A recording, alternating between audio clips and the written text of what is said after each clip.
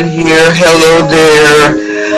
As you can see, I'm delivering this message kind of late, but I wanted to make sure I get it out to you because it's been kind of hard for me to even upload her picture. You know, some of you may say, well, my God, I mean, you need to move on. You're a woman of God. You know, you should be strong enough to get past this and keep it moving, because you will see her again. You know, this we're notorious to say. But I wanted to spend some time, just a few minutes if I could, with you, just to kind of talk about, you know, where I am in my process. As you can see there that I need to feel this. Yes, I do, and you do too. If you have lost a loved one, or you're going through any type of grief for that matter, you got to feel this thing, and you got to know that as you are feeling it, God is healing it. You know, it took me a little while to really embrace the fact, as I began to stay into prayer and meditate on, you know, really what am I feeling? You know, why is it I feel such a shutdown? You know, as much as I've been trying to pick myself up, I find myself just doing nothing, like I have no strength to do anything. And as a therapist, you know, a counseling therapist, it took me a little bit to really, how do you say, self-analyze what emotion is really on the rampage, as far as, you know, when you're really going through a crisis in your life. And as I began to look at that, I began to realize how grateful I am for those people that wrap their loving arms around me, those people like yourself who sent a card, who gave a love offering, or whatever that was you did, or came to the service even. You know, when I started thinking about all of those that I had not seen in a while, you know, and looking at all of you who showed up to the service, as far as our school alumni is concerned, I'm just so moved by it. And actually, I'm just kind of like that. I don't have any special expectations from anyone. I just want you to know from my heart that I appreciate you so much. And I'm just led to share this message tonight, so that those who may be going through, because you see what hour it is, like almost 1:30 in the morning, and I'm still up. And that is because I am going in and out. I've had some days where I can rest, and then some days I have not rest, and that's pretty much blanket in our family. Because her death was like sudden to us, and and when you have a sudden hit, not something that you were expecting, where you know that things are pretty much coming down to the end, that's a different hit, even though you know it's still going to be painful regardless. But I just wanted to say about this place I'm at. When we think about grief, as a therapist, I counsel people all the time about grief, but we don't really recognize, the magnitude of grief as much, even though we have lost loved ones down the line in our days. But it's something about a sibling. I know I'm talking to somebody.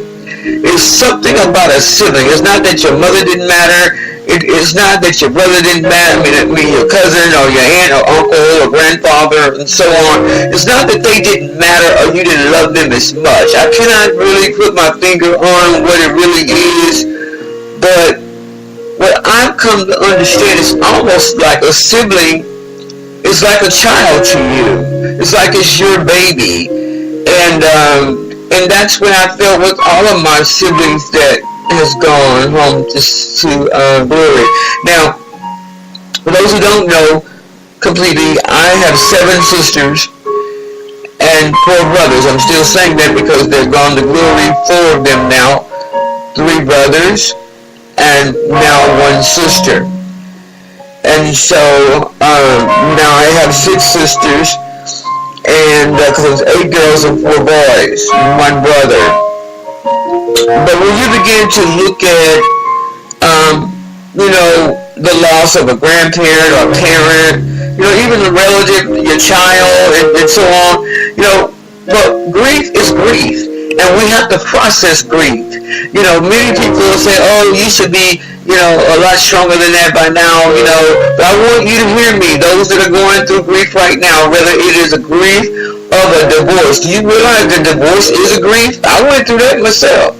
Over 20-something years with a man, in my life, and when I went through divorce, it was a grief, that was a tearing away because it's a covenant.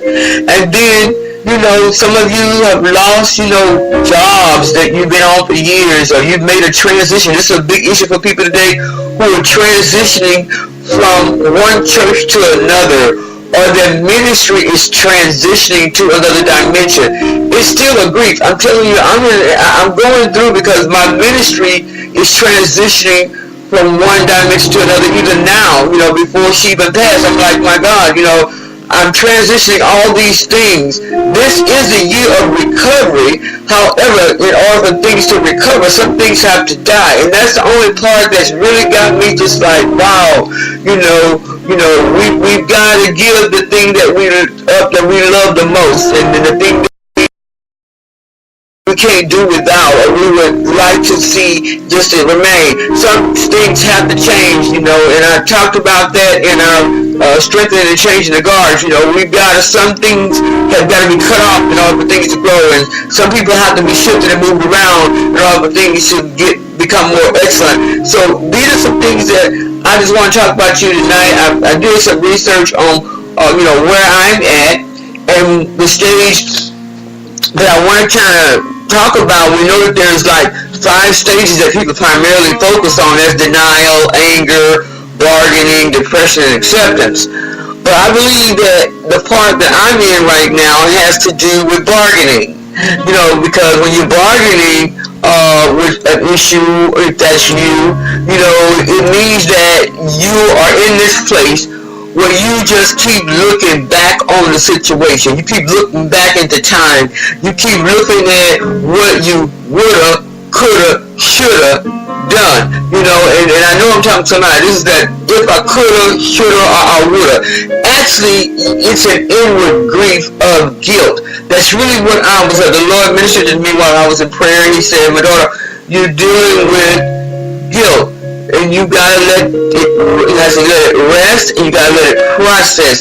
So meaning that it rests, and that's what I'm talking about, feeling it as it heals. You gotta rest it and let it process. And of course it has to rise up, and it's gonna continue. This is not something that's gonna go away even after I've allowed it to process. Because when you love someone, it doesn't just go away. Those memories come back, and our ultimate goal through the process is to remember those good things so that we can know that as we, walk through this journey of life, a faith walk, we will begin to get ourselves ready to meet them in glory. But bargaining can be, whether it is in any fashion, regarding a loss, and death is one of the greatest areas that the enemy likes to put people in regards to guilt.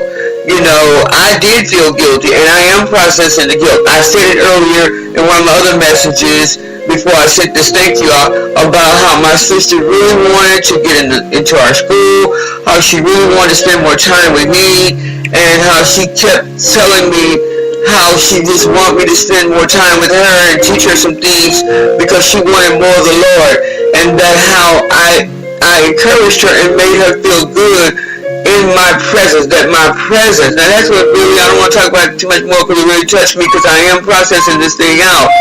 But one of the ministers called me and told me this, Dr. Murphy, you got to know that time that you did sow in her life, that time that you did give to her, that time that you let her see the God in you, you sowed that and made her hungry and thirsty for more.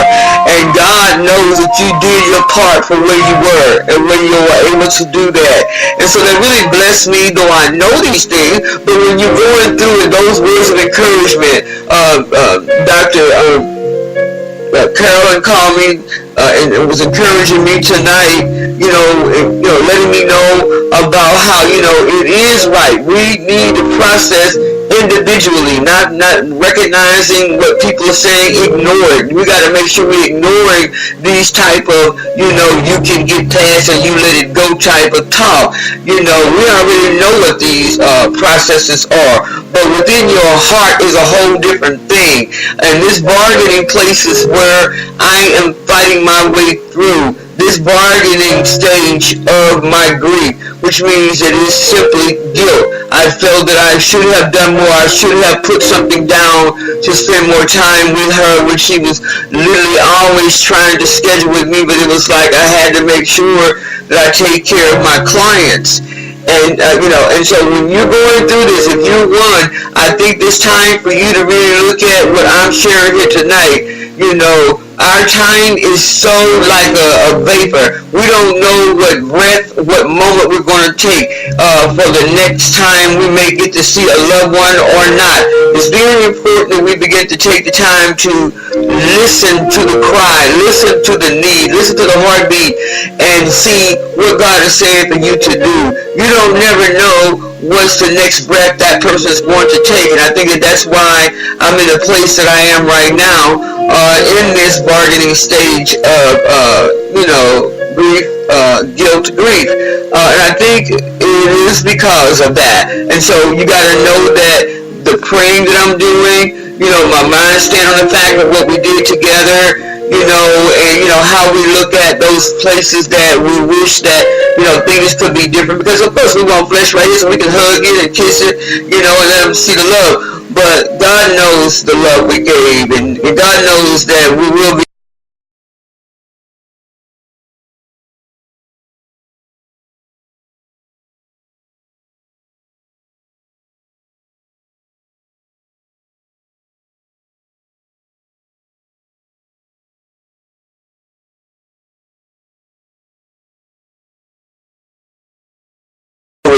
and so it doesn't matter. We need to recognize that I, if I could, if I would, and if I should have, I should have. These kind of things are there to keep us in that guilt stage. And I know I'm not going to stay there, but I am trying to make sure that I allow myself to process it, as I said earlier on. My ultimate goal is to make sure that I feel it, and I know I'm talking to somebody, so God can heal it. But when you're in this guilt grief type of process, you got to know that this is one of the toughest places for us to begin to, seek God and pray and fast for God and allow others to speak hope and healing in our lives.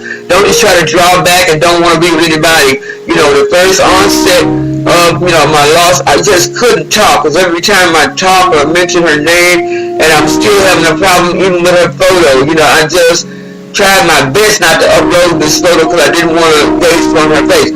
But I just knew that this, and God fixed it so that this was the only picture that would go, that I had available, that would even match to talk. So I really wanted it there. And then also you got to know that what this guilt grief does, it just kind of eats at us emotionally. It pulls your steam down. It makes you feel that you missed the mark, or you're not there because you're a leader. So you need to look at that. These things are going to come back to your memory, to think about what you didn't do, to think about what you wish you could have do.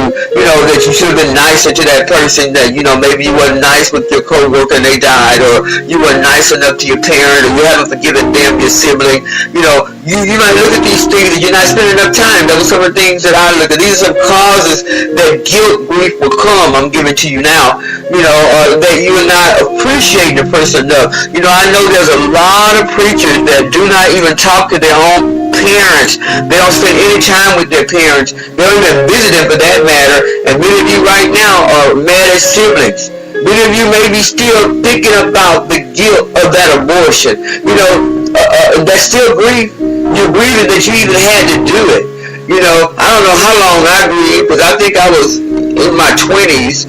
I wound up having an abortion, and I must have grieved, I think, for a while, and I kept repenting, and I said, Lord, please forgive me, because that was some of the things I used to do debates about in high school, that you should never kill a baby, even if he was raped. And then here I am, going to have an abortion. It just devastated me, because the guy that I had the baby for, was pregnant for. I just couldn't see myself with him, but yet we say that, and then we turn around, and this is an innocent baby. So I had to ask God to forgive. Thank God that He is a forgiving God.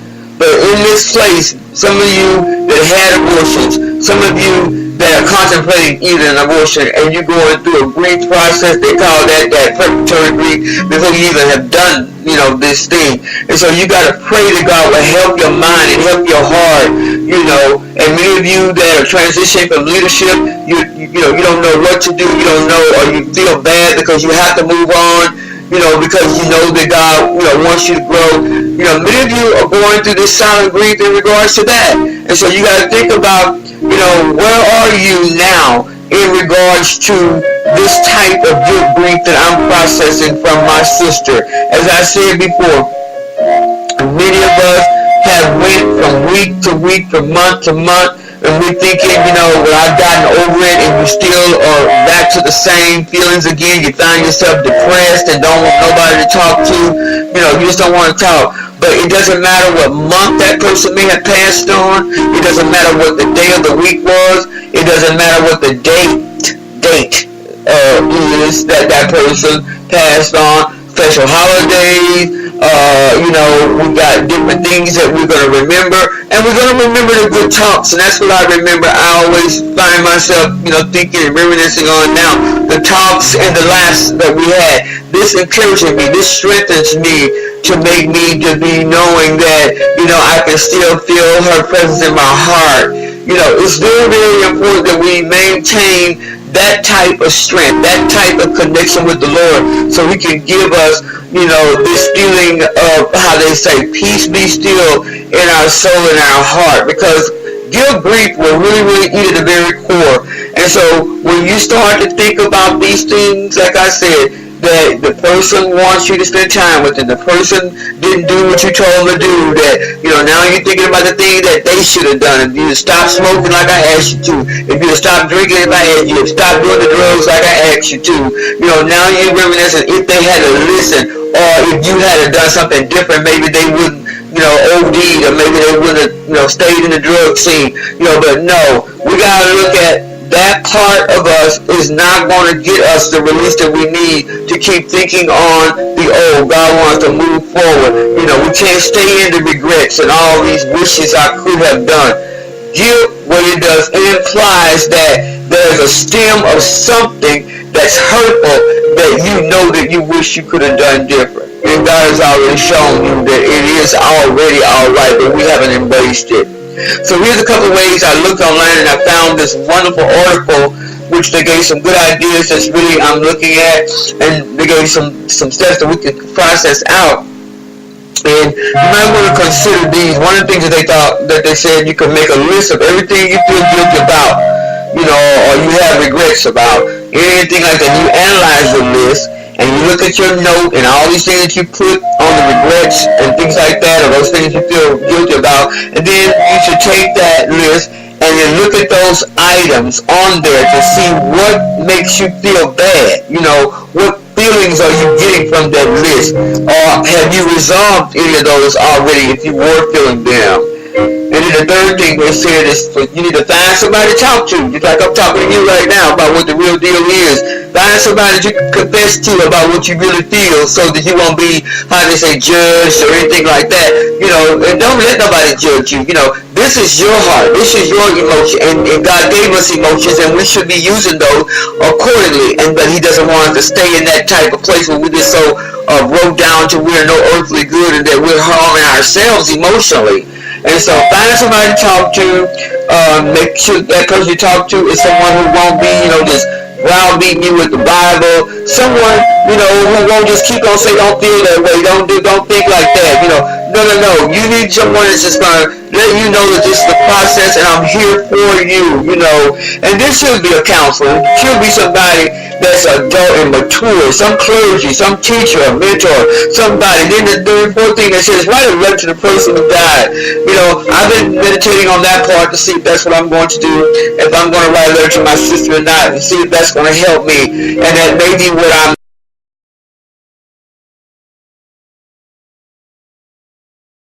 that I did give the letter after that, after I finished the meditation of it, to see what I could debrief through my writing. And then it goes on to say that because this is a negative emotion, regarding those with, it's an experience by person, which means it's an individual thing. You can't just base everybody's grief on the same person. It's just not that way. God has given us individual emotions to process. Some are stronger than others. And then some are just plain numb about things. It depends on where they've been.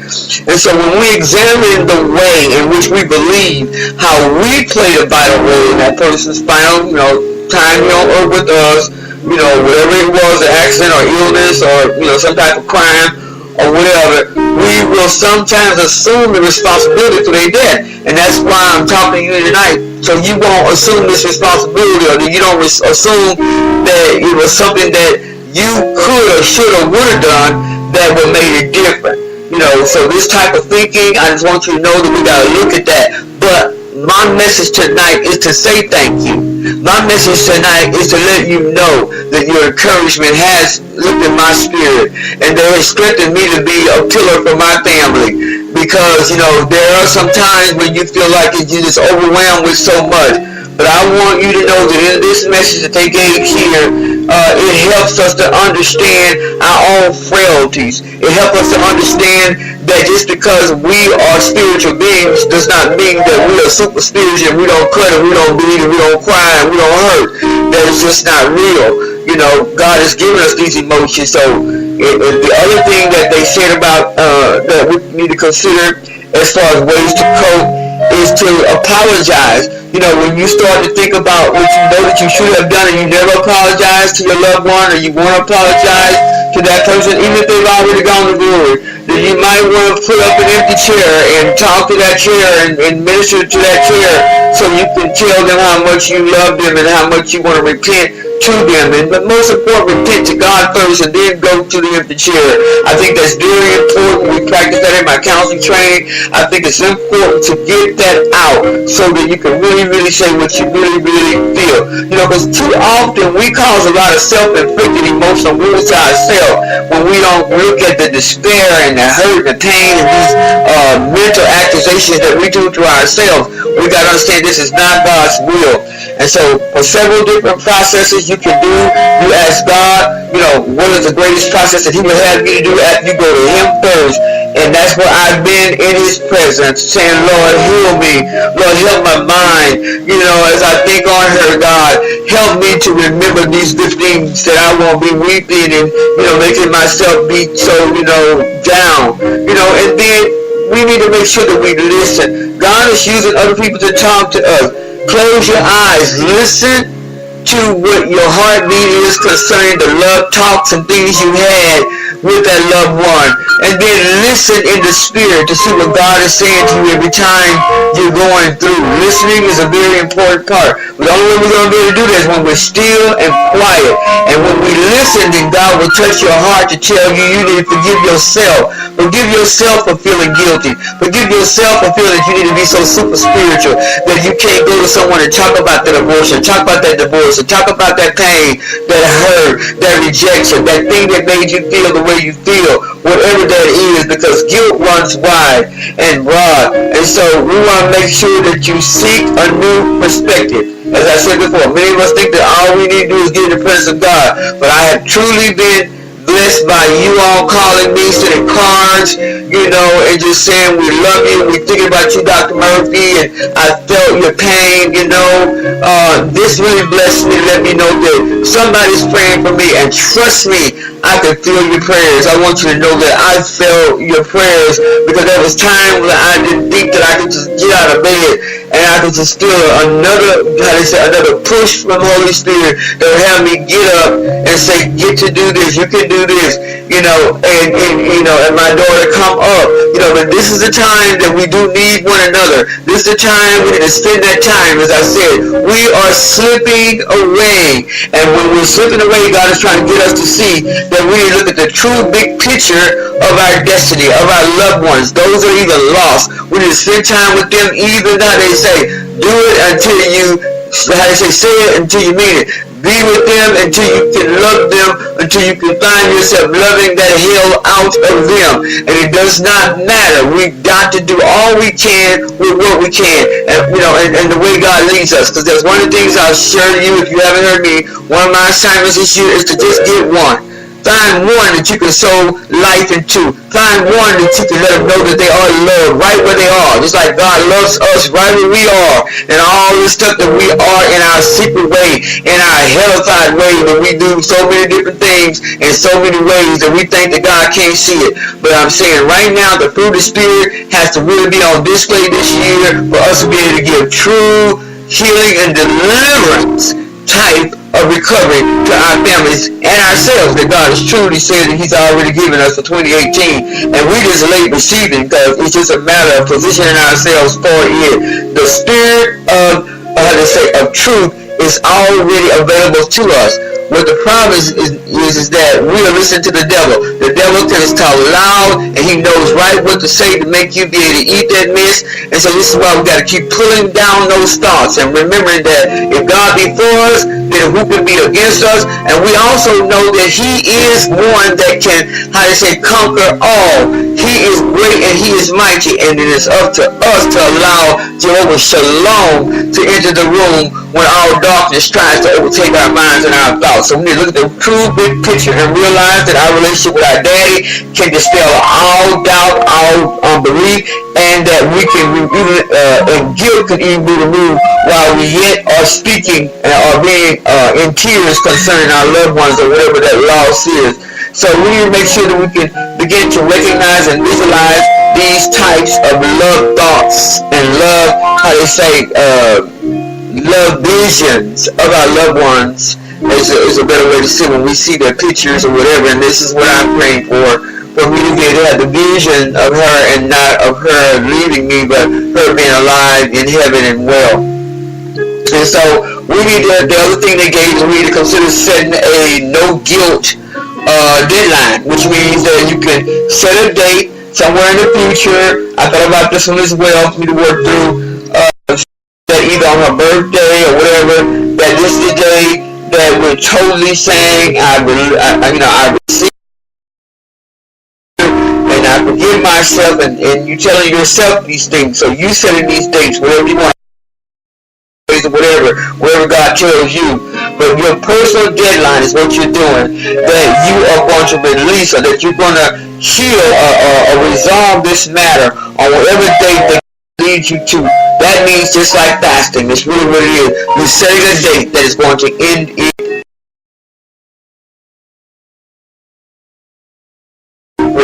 And then redirect your guilt is what it was saying. You need to remember that God is counting on all of us to be able to be a demonstration of His.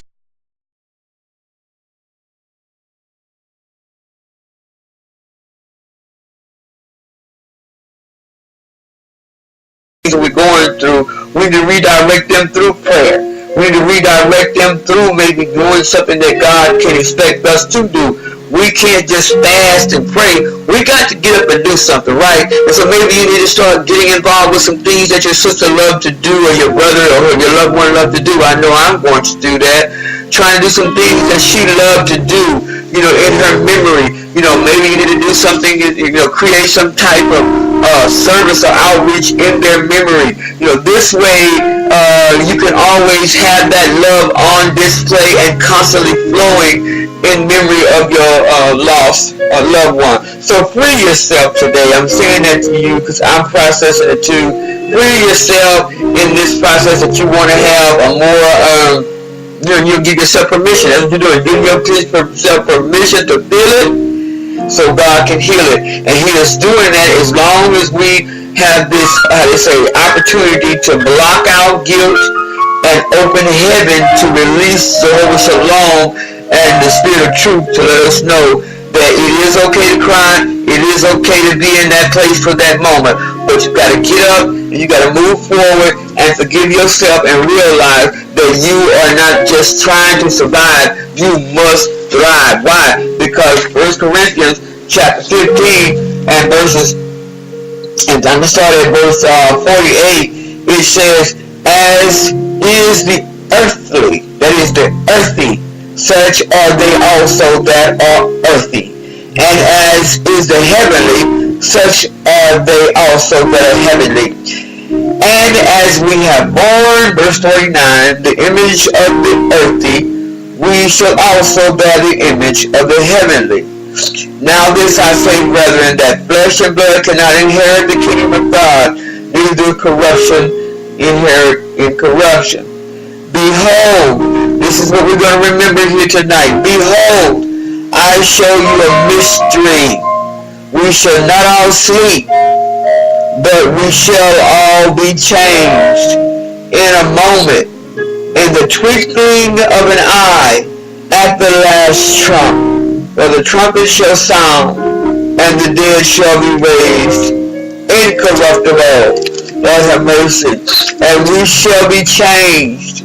For this corruptible must put on incorruption, and this mortal must put on immorality.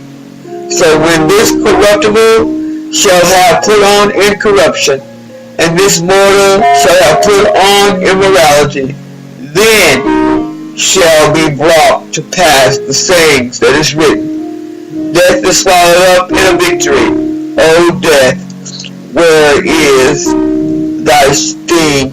O grave, where is thy victory? And so, the sting of death is sin, and the strength of sin is the law. But thanks be to God, which giveth us the victory through our Lord Jesus Christ. Therefore, my beloved brethren, be ye steadfast, unmovable, always abounding in the work of the Lord, for as much as ye know that your labor is not in vain in the Lord. And that is so true. Her labor was not in vain. She served our school of ministry faithfully. She served me faithfully. She honored the God in me. And I do want you to know that this part that I described to you tonight, I'm still processing, but I know who the processor is. I know who the great healer, Jehovah Shalom, the God of peace is. But I want you to know that I still need you to keep praying with me, because I'm going to do what I know is right, and that is to feel it until God heal it. And I pray that you will do the same. God bless you, and I appreciate you so much for being there for me and my family. Appreciate you so much for your calls and cards and everything. I've already said all that, but I'm going to get off here. I love you, and I pray that your day will be good for the rest of the week to come. And blessings to your new year as well. Thank you for listening to me. Love you so much.